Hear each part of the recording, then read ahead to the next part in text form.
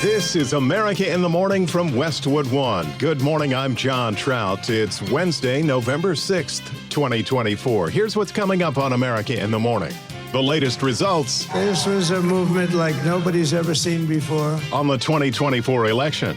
The Trump-Vance campaign celebrating victory. And I think that we just witnessed the greatest political comeback in the history of the United States of America. I'm Clayton Neville. He won it 8 years ago, then lost it 4 years ago. Donald Trump wins Pennsylvania again.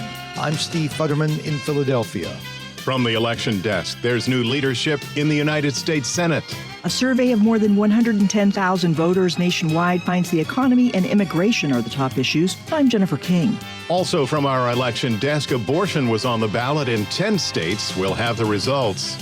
While voters in Phoenix, Arizona waited in line to cast their ballots, they also got to cuddle with puppies. I'm Julie Walker. All ahead on America in the Morning.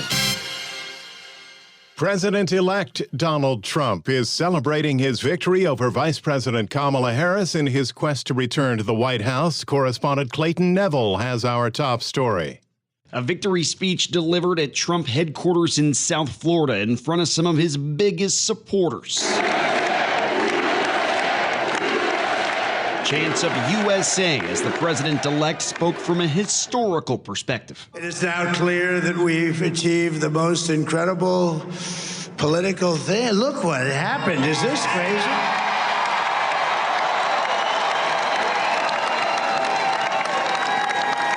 But it's a political victory that our country has never seen before, nothing like this. I want to thank the American people for the extraordinary honor of being elected your 47th president and your 45th president. He was joined on stage by his wife Melania, his kids, UFC's Dana White, and other friends and family, and touted victories in battleground states like North Carolina and Pennsylvania. There was no other path to victory. We also have won the popular vote. That was great. Very proud of that. With a banner reading, "Trump will fix it" behind him, he insisted it's time to make America great again. I will not rest until we have delivered the strong, safe, and prosperous America that our children deserve and that you deserve. This will truly be the golden age of America. That's what we have to have. Trump's running mate, Senator J.D. Vance, was on stage too and had a few words about the victory. I appreciate you allowing me to join you on this incredible journey. I thank you for the trust that you placed in me. And I think that we just witnessed the greatest political comeback in the history of the United States of America. I'm Clayton Neville. The race for 270 electoral votes was achieved by Donald Trump, now the president-elect. Kamala Harris, co-chair, told an audience gathered at her election night watch party in Washington, D.C., that the vice president would not speak about the results until sometime later this morning. An address made about 3 hours before Trump declared victory, with some of Harris supporters last night feeling this could be 2016 all over again. It was said that whomever won Pennsylvania would win the White House, and it was the Keystone State that helped propel Donald Trump to victory. Across the nation and in Pennsylvania, voters went to the polls on Election Day. For some, their choice was made just in the final hours. Steve Futterman reports on what voters were saying in Pennsylvania as they went to cast their ballot and what led them to make their decision. This was the state that both campaigns were pointing to. Of all the battleground states, Pennsylvania was the big prize. 19 electoral votes that could determine the winner. The early vote count last night had Kamala Harris on top, but that was expected. The first votes counted came from early voting, which favored the Democrats and Harris. Soon it became apparent, though, that the Keystone State, which went for Trump in 2016 and then for Joe Biden in 2020, was again moving in Trump's direction. Early this morning, Fox News became the first U.S. network to call the race for Trump. Is this a call, ladies and gentlemen? We are now projecting that Donald J. Trump will win the state of Pennsylvania. Former President Donald J. Trump will win the state of Pennsylvania, and thereby he he is on his way to becoming the 47th president. At Trump's headquarters in Florida, where they were watching the Fox broadcast, there was suddenly a huge roar. As we look now at All across the state, Trump improved on his 2020 performance. A key factor, an increase in support from Latino voters. This man we spoke with on Sunday typified Latinos moving towards Trump. He said it was largely because of the economy. Have you ever voted for a Republican? Right now, it's going to be the first time I'm voting for one. But you voted for Obama? I did. Voted for Hillary Clinton? Yes. And voted for Joe Biden? Yes. Another factor for him was immigration. When it comes to border security, that's so important, especially because I know immigrants who live right here in this neighborhood, and they do illegal shit. And you know what happens to them? Nothing. Nothing at all. Every day, all the time. Latinos weren't the only factor. Many of those who voted for Trump 8 years ago, then went with Biden in 2020, moved back to Trump this year. Once again, Pennsylvania helps pave the way to the White House. I'm Steve Futterman in Philadelphia. Today's top stories are brought to you by Sleep Number. Why choose a Sleep Number smart bed? It's the only bed that lets you make each side firmer or softer whenever you want. Save 40% on the Sleep Number Special Edition smart bed. To find a store near you, visit sleepnumber.com. Abortion on the ballot, how that measure fared when America in the Morning continues after these messages.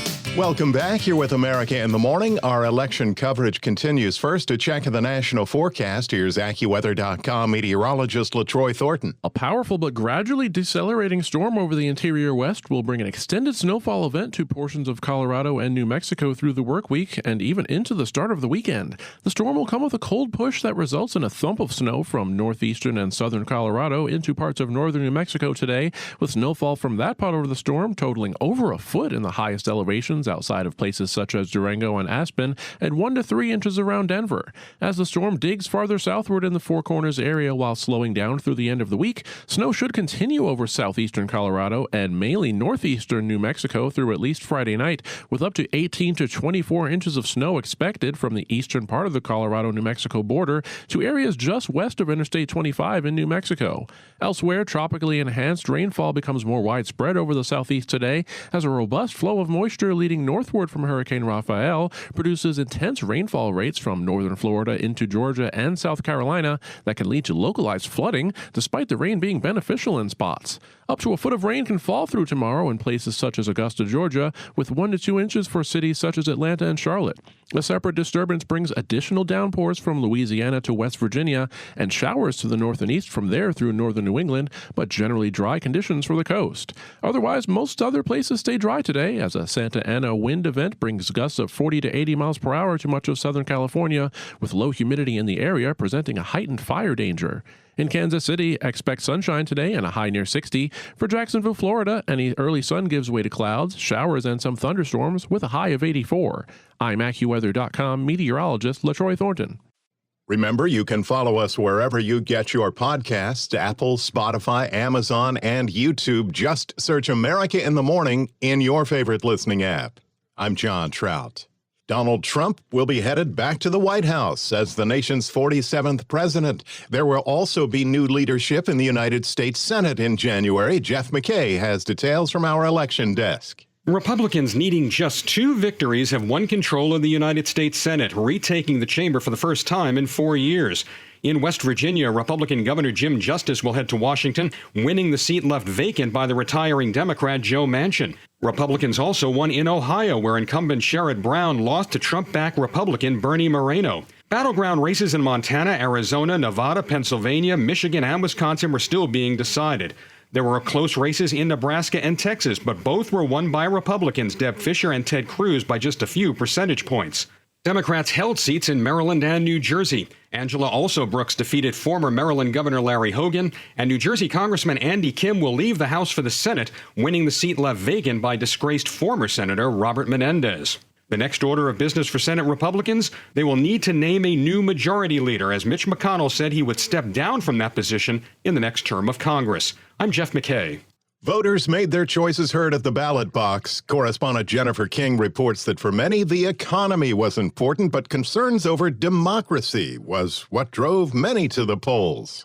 A survey of more than 110,000 voters nationwide finds the economy and immigration are the top issues facing the country, as well as the future of democracy. AP VoteCast, conducted by the Norca Center for Public Affairs Research, found about 4 in 10 voters considered the economy and jobs to be the most important problem, with 3 in 10 describing themselves as falling behind, a higher share than in 2020.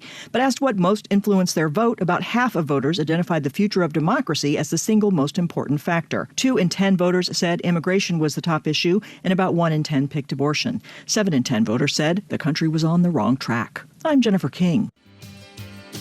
Our election coverage continues. And up next, business news. Forget buying a television ad on the Super Bowl after these messages.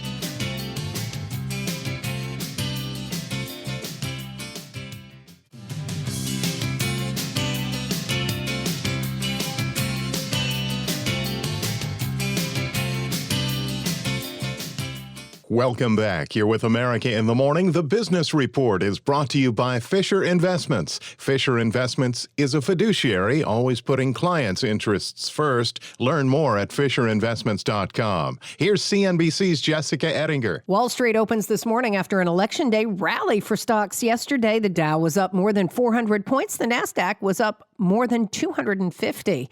It was the 5th straight presidential election day with across-the-board gains for the major averages. Everybody believes November, December is a buy for stocks. Whether it's true or not, people believe it. CNBC's Mike Santoli. Target trying to pull holiday sales forward and get you to open your wallet earlier with an early Black Friday sale. After October's deal week, the early Black Friday sale starts tomorrow and runs through Sunday. McDonald's luring in customers now with a 10-piece Chicken McNugget deal for $1 through December 2nd, only in the app, and you can only use it once a week. Fox Sports says it sold out all of the Super Bowl commercial availability already.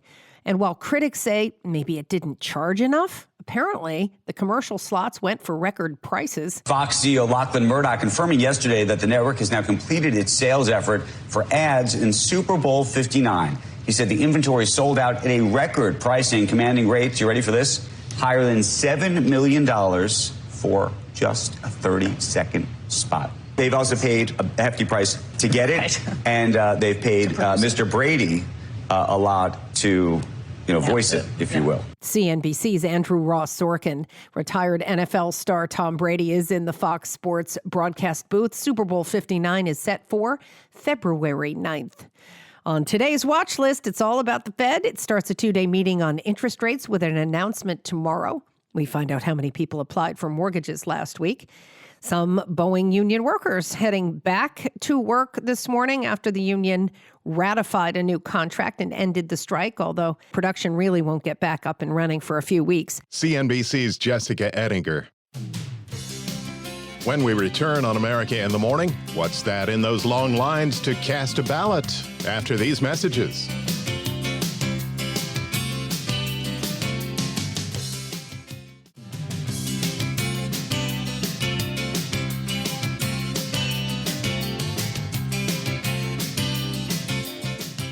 Welcome back. This is America in the Morning. There were 10 states that had abortion measures on the ballot. Jeff McKay in with results from our election desk. A large majority of those votes were in favor.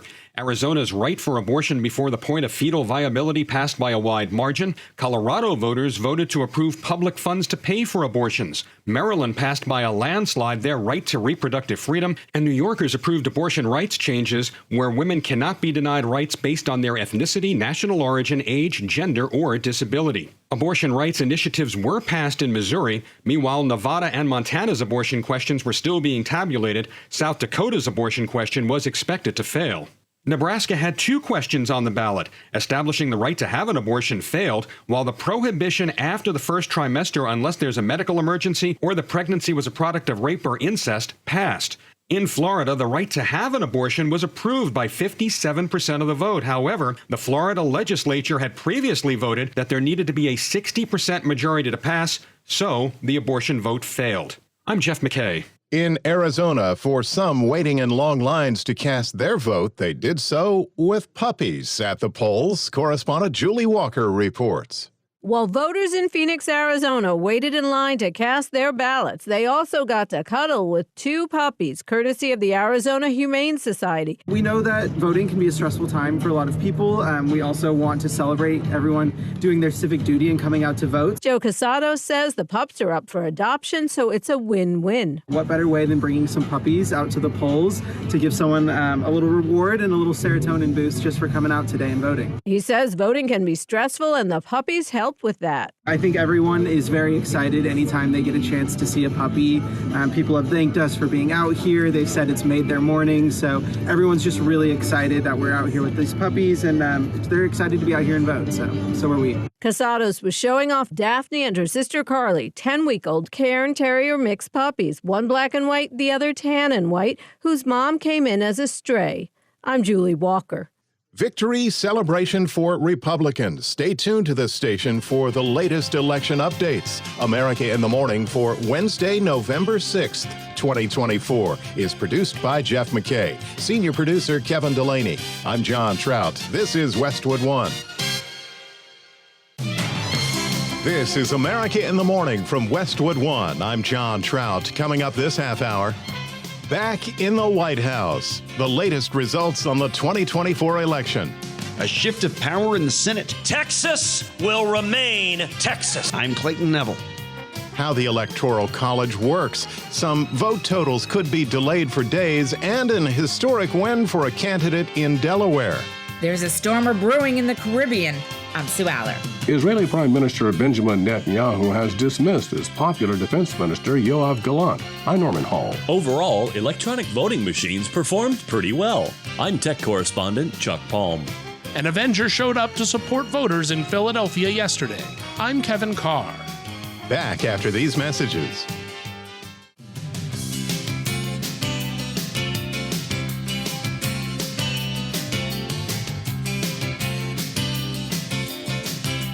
We're back on America in the Morning. Political storms aside, we have a new hurricane that's formed. Here's AccuWeather.com meteorologist LaTroy Thornton. As a plume of deep tropical moisture extends to the north of Hurricane Rafael, rounds of soaking rain will spread across parts of the southeast today, especially from northern Florida into north-central Georgia and South Carolina, where significant rainfall is expected through tomorrow before Rafael takes that moisture with it toward the west-central Gulf of Mexico.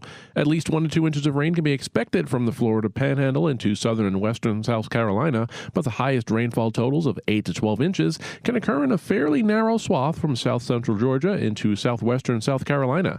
However, showers and some thunderstorms can occur across the rest of the region, both on the fringes of that enhanced moisture and in association with a front stalling from Louisiana into Tennessee, where there can be several rounds of downpours today.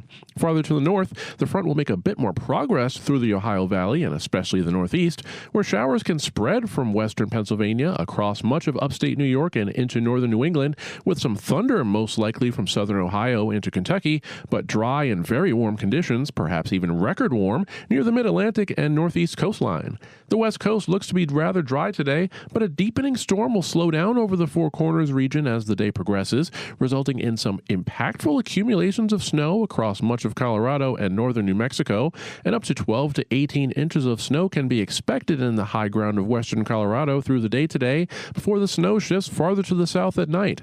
For Southern California, a Santa Ana wind event gets underway today, with gusts of 40 to 80 miles per hour expected and low humidity increasing the fire danger.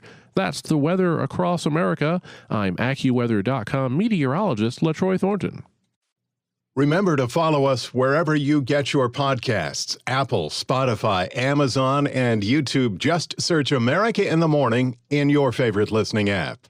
I'm John Trout. Donald Trump took the stage at his watch party in Florida after 2 o'clock in the morning, declaring victory to his supporters and the nation after Fox News was the first network to call the race for the 45th president, now the 47th president-elect. Trump made his speech as votes in key battleground states, Pennsylvania, Wisconsin, and Michigan, were still being counted, but he was ahead in all 3 states and had already won southern battleground states, North Carolina and Georgia.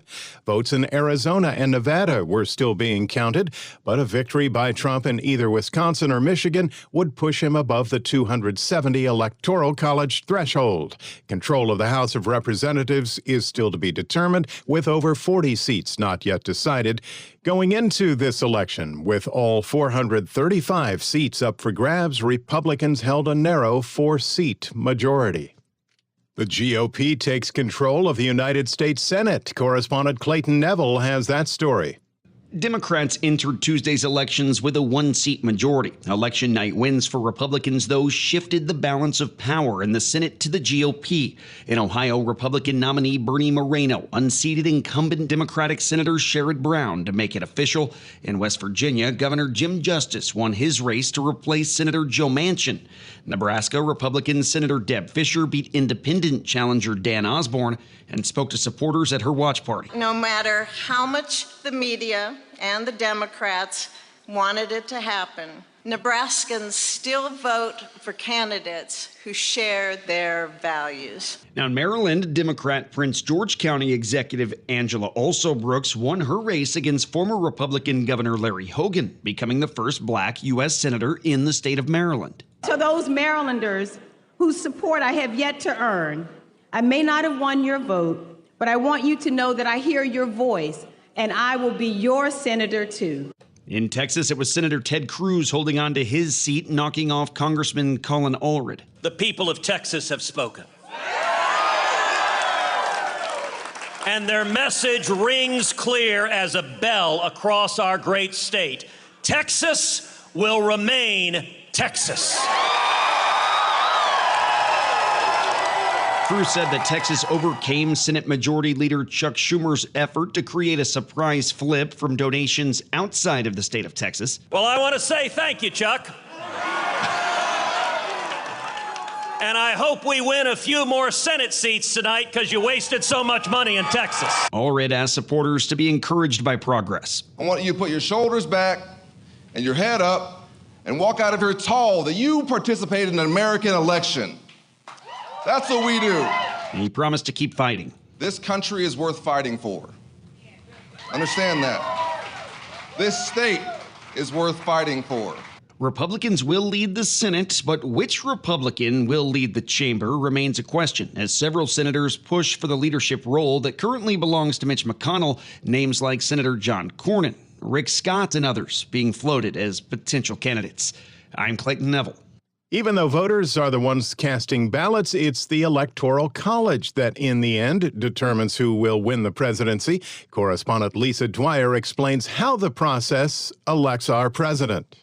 The Electoral College is a unique American system of electing presidents. It's a 538-member group that elects the president. The framers of the Constitution set it up to give more power to the states and as a compromise to avoid having Congress decide the winner. To win the presidency, a candidate must first secure 270 electoral votes. More weight is given to a single vote in a small state than to the vote of someone in a large state, leading to outcomes at times that have been at odds with the popular vote. It also affects how candidates campaign, because the outcome is almost certain in solidly Republican states and solidly Democratic states. Candidates tend to focus most of their efforts on a handful of swing states that have split their votes in recent elections. I'm Lisa Dwyer. In other news, Rafael has become the 11th hurricane of the 2024 Atlantic season, intensifying in the Caribbean. It's expected to move through western Cuba before setting its sights on the United States later this weekend. Correspondent Sue Aller reports that while it may not have been the strength of a Hurricane Helene or Milton, it does have the power to disrupt energy supplies. There's a storm brewing in the Caribbean. Jack Bevins, senior hurricane specialist from the National Hurricane Center, says Rafael is expected to become a hurricane. We are anticipating that it'll become a hurricane as it moves through the Cayman Islands and then be a hurricane as it reaches western Cuba. The storm is moving northwest and could bring heavy rainfall, flooding, and mudslides to Jamaica and the Cayman Islands. Bevan says it could hit the Gulf Coast later this week. We do know it'll pass close enough to the Florida Keys to cause some weather there. So we've issued a tropical storm warning for portions of the middle and lower Florida Keys, including the Dry Tortugas. Beyond that, things are highly uncertain. Bevan says it's unclear whether the storm will maintain its strength or weaken before hitting the U.S. Oil and gas producers have started shutting down operations and evacuating non-essential personnel from the Gulf of Mexico. Chevron, BP, Shell, and Equinor are among the companies taking precautions to minimize potential damage. This could result in a loss of between 3 and 4 million barrels of oil, as well as up to 6 billion cubic feet of natural gas. Authorities say the storm could bring significant disruption, and the industry is closely monitoring the storm's progress. I'm Sue Aller. Trump declares victory, Harris yet to concede.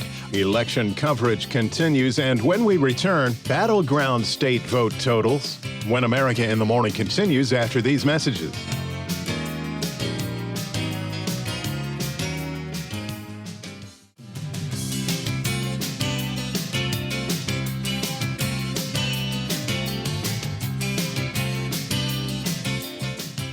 Welcome back. This is America in the Morning.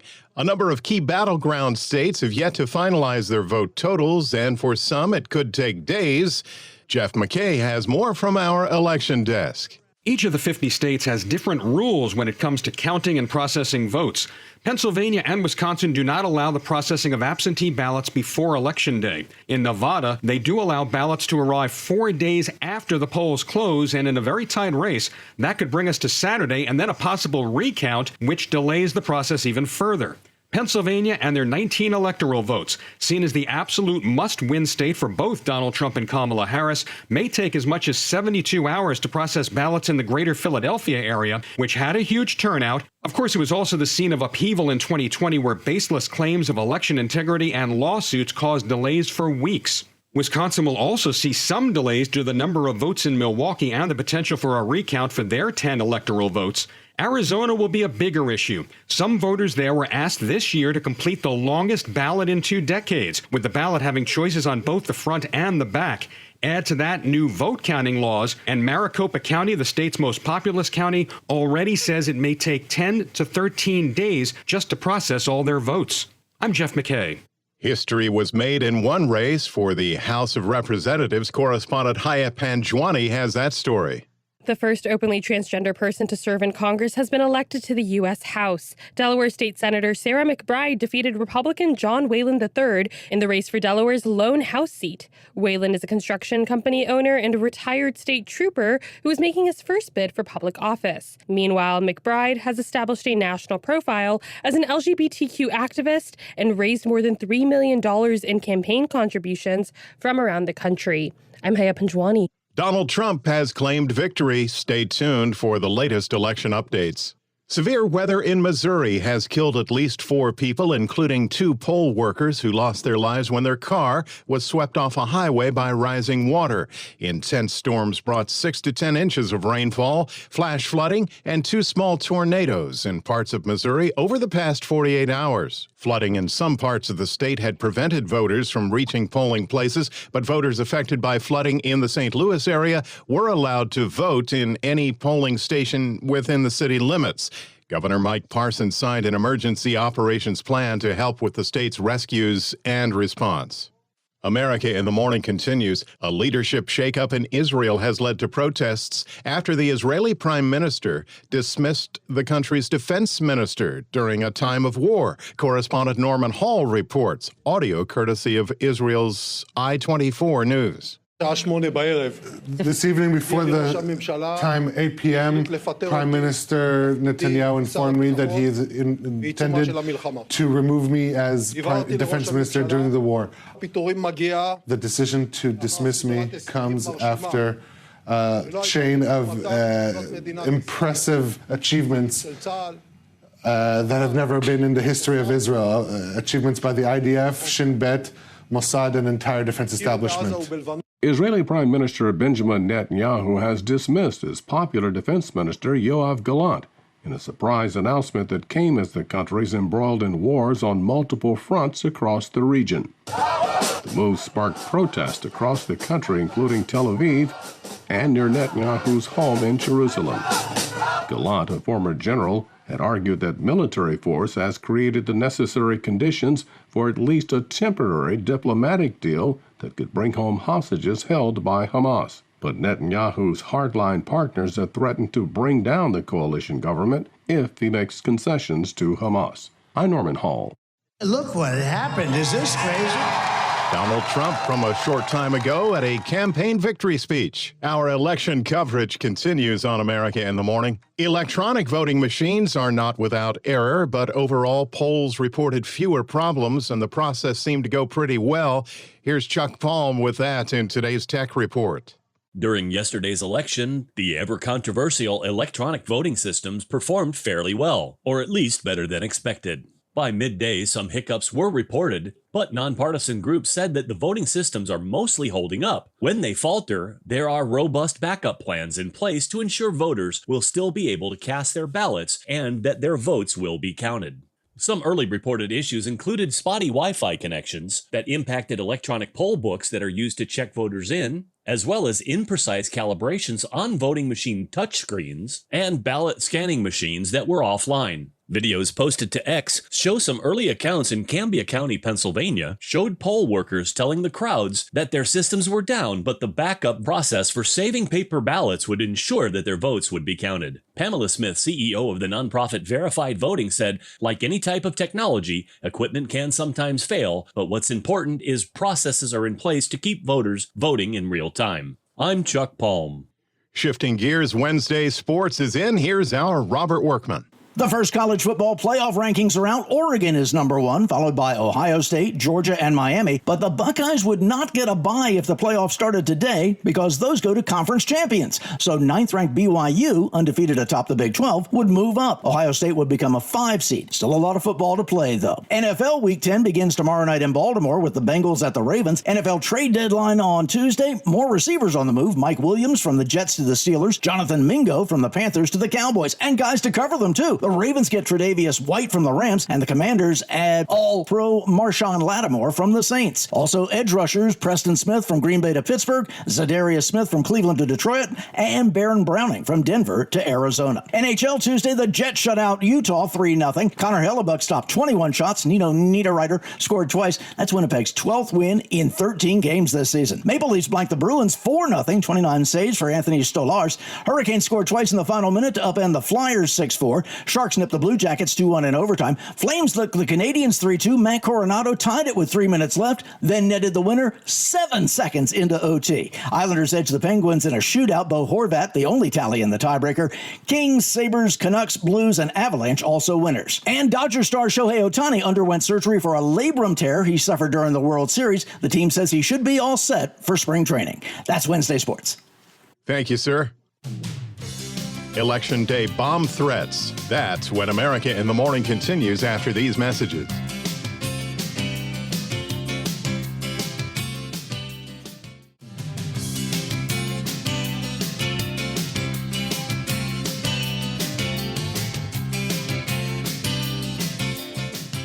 Welcome back. You're with America in the Morning. There was concern in Georgia after several bomb threats disrupted voting at 12 sites in the Peach State. Jeff McKay has details from our election desk. Voting had to be extended in Atlanta's Fulton and DeKalb County as many as 32 hoax bomb threats were made using phones and email. After sweeps of all of the polling stations, no devices were found. Georgia's Secretary of State Brad Raffensperger said the threats had Russian origins. We've heard some threats that were of Russian origin, and so I don't know how to describe if that's viable. We don't think they are, but in the interest of public safety, you always check that out, and we identified the source, and it was from Russia. Georgia's not going to be intimidated. The Russia has just decided they picked on the wrong Georgia. They need to pick on the other one in the Black Sea, because we're not going to be intimidated. Similar threats were made in at least 2 Arizona counties, and there were a dozen threats made to locations in Pennsylvania, none of which disrupted voting. The FBI did confirm that many of the bomb threats appear to have originated from Russian email domains. I'm Jeff McKay. In some places across the nation, people waited in lines as long as 4 to 7 hours to cast their vote. And for some in Pennsylvania, they found out that you never know who you'll run into at your polling place. Kevin Carr explains. Regardless of how you voted this year, we can all agree that the people behind the scenes at the polling places are the real heroes in elections. And not all heroes wear capes, especially if you occasionally wear an Ant-Man suit. At a polling location at Temple University in Philadelphia on Tuesday, MSNBC's Jacob Soboroff caught up with actor Paul Rudd, who had been handing out bottled water to people in line. Paul, what brought you out? I just want to give people water. They're waiting in line for a long time, and it's a wonderful thing that all these young people are out voting. The Avengers and Ghostbusters star was supporting the young voters who had reportedly been waiting in line for more than 2 hours. We've been doing lots of stuff today here in Pennsylvania, and we wanted to come out and tell these students that they're doing really great things. Multiple volunteers were at the location making sure the citizens were hydrated and also had snacks on hand for those in line. I'm Kevin Carr. Finally today, a pair of ruby slippers worn by Judy Garland in The Wizard of Oz are back on the auction block. Entertainment correspondent Margie Zaraletta reports. There's no place like home. Heritage Auctions in Dallas says it will accept online bidding through December 7th for the ruby slippers, one of several pairs that Judy Garland wore in The Wizard of Oz. Only 4 pairs still exist. These are the shoes that owner Michael Shaw lent to the Judy Garland Museum in Grand Rapids, Minnesota, and were stolen in 2005 by a thief who thought they had actual rubies on them. The FBI recovered the shoes in 2018. One of the bidders for the shoes is the Judy Garland Museum, which raised funds to supplement the $100,000 that Minnesota lawmakers set aside to purchase the shoes. I'm Margie Zaraletta. Victory celebration for Republicans. Stay tuned to this station for the latest election updates. America in the Morning for Wednesday, November 6th, 2024 is produced by Jeff McKay. Senior producer Kevin Delaney. I'm John Trout. This is Westwood One.